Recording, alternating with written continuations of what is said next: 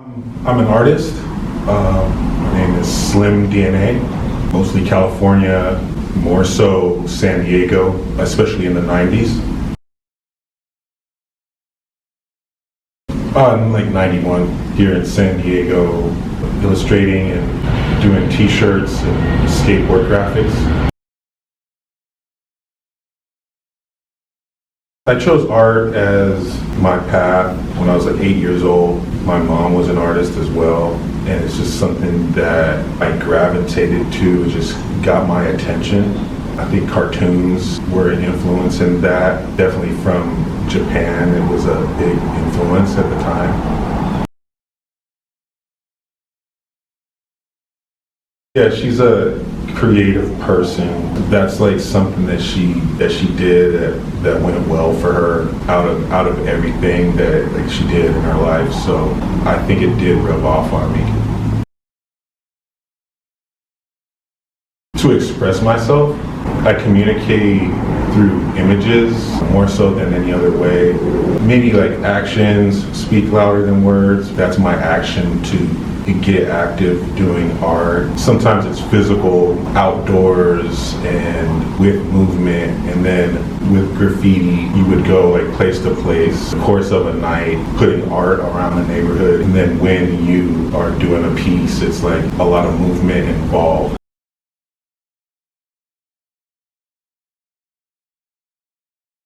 I'm interested in music, skateboarding. There are definitely like influences on my art. They have similar techniques, and I think that you can express things like in a different medium, like with music, even if it's instrumental, is very similar to illustration or like abstract art. Skateboarding can be, you can like sort of make parallels in your mind if you think like in 3 dimensions. Artistically, my favorite painting is Night at the Moulin Rouge by Toulouse-Lautrec.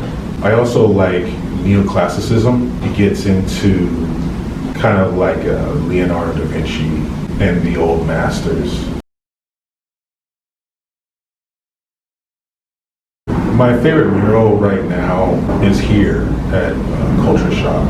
So it's the piece of Robot Boy, and it's very 3-dimensional and it came out really well. I would say maybe tenacity, since it's so much my identity. Like over the years, I've always come back to it, and I've done other things, but I've never really been away from art for more than a year. Like I took a year off, and I really noticed the difference. It's better to stick to something like that every day. If you wake up, maybe one day you're not yourself, so it's easier just to be yourself every day.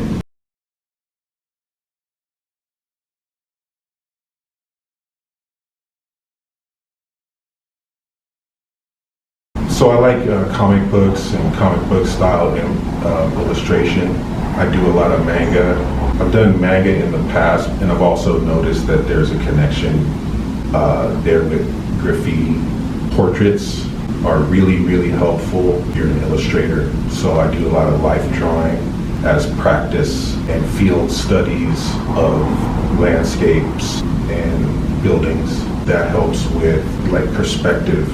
I practice like as many different types of illustration as I can. So I do digital art, and then other mediums that I find, like I make sure that I can paint with aerosol, and I can draw with graphite.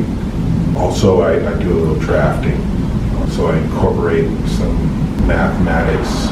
So I'm very heavy in technique, but then also studying classical art styles, and even pop art. I studied art independently throughout my school days. I would go to the library, I would check books out about art. At certain phase in my education, there weren't any art classes available, but I still had to keep it up.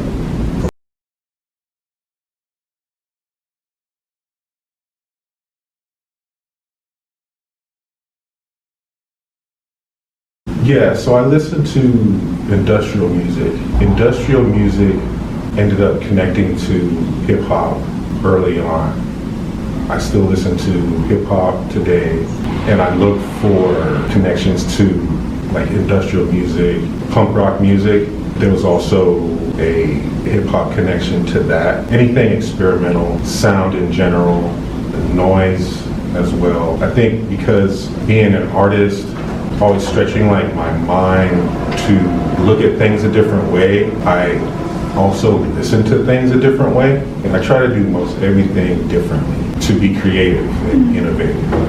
In the beginning, like of my art career, there was a competitive aspect of art, always a goal to do something that no one else has ever done. The best example, like for what I think is interesting, Bolero by Ravel, really experimental, classical music piece. But yeah, it's my favorite. Over time, I was 100% freestyle in the beginning, and then over time, I would study more traditional ways, like life drawing and studying anatomy more, and studying other artists. Over time, it just got more and more virtuous with the techniques and like more accurate anatomically with perspective and lighting, color, light and shadow are dynamic, more serious as far as the subject matter. The difficulty level just went up.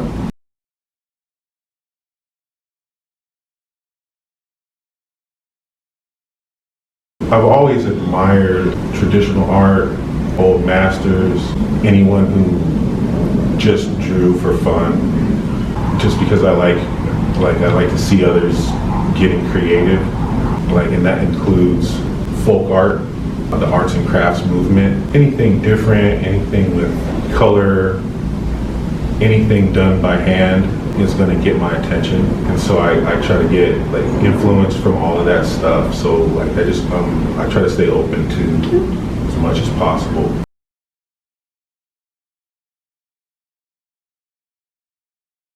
Yeah, they've had a positive impact because I've gotten closer to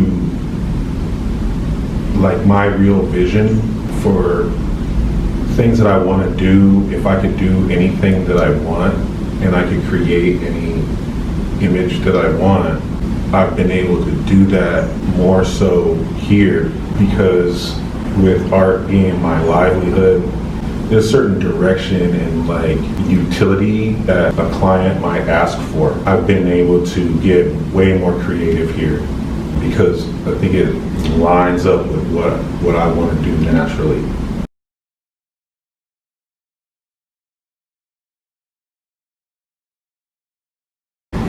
Yeah, I do commissions. There's sort of like a balance. Is there a season where somebody's going to want a certain thing, going to have to do that, or am I going to be able to hold back and only take commissions that are closer to what I want? They're closer to what I want now, and because I think that more so recently people want the same thing that I want, or they have a similar vision, or the vision that I have or people like me have is becoming more popular. You can innovate, but then it takes time for the various industries to catch up and to see value in what you're doing. So you can be ahead of your time when you're trying to be as creative as possible. I go for the creativity and I have to decide if the results work for me. Maybe another question is, are the results working for me? I would say yes, because I've been able to live and be happy and do exactly what I want. So that's a success.